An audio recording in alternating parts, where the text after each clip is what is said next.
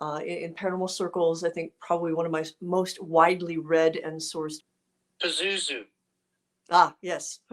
It's been treated badly in recent literature and TV. What would you describe Pazuzu as?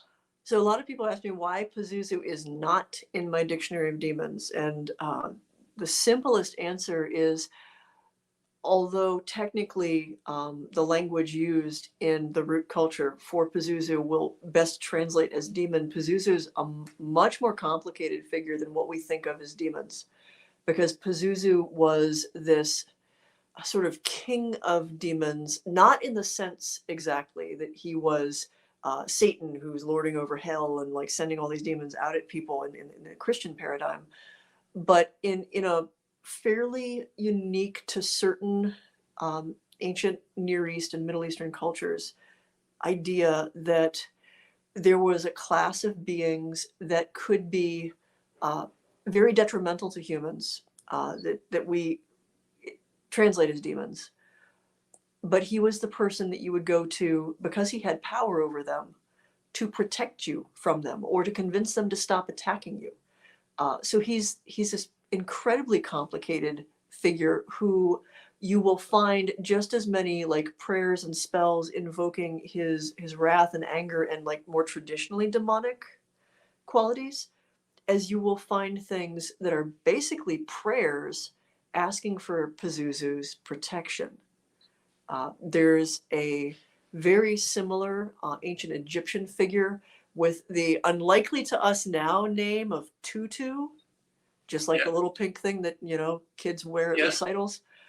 Who was basically the same thing over the decans of the zodiac, the demons.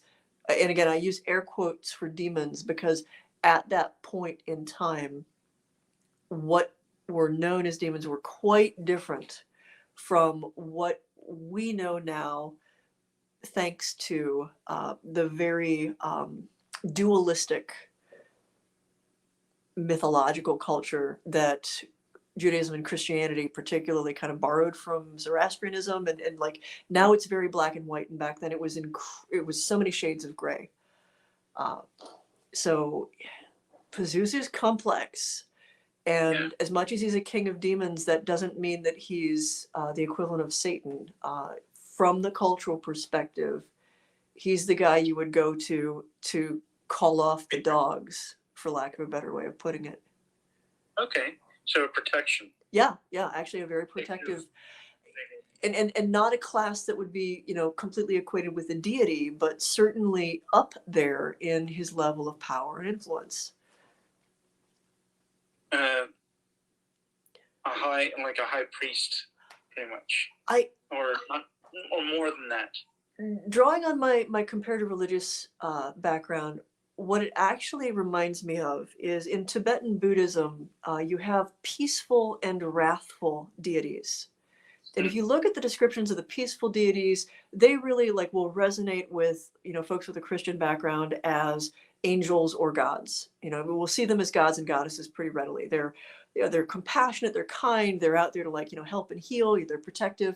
The wrathful deities, if you look at their descriptions and how they will present themselves to people from our perspective, that's going to look like demons. And the fact of the matter is, from that worldview, they're not either of them necessarily angels or demons. All of them, peaceful or wrathful, have the goal of helping human beings, helping their souls become their best possible selves, to achieve non-attachment, to move beyond the cycle of rebirth. And the peaceful deities use compassion and kindness and sort of mother and nurture you to find that. But not everybody responds to that. So you've got the wrathful deities who are a little bit more punitive, who are a little bit more intimidating, who kind of scare you into being your better self.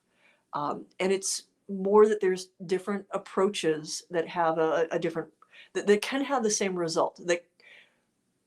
That being aggressive or being scary and being intimidating is not the same as being evil. It's true. and that is closer to where Pazuzu comes from, like where you have to put yourself in the cultural context of the origin of that being.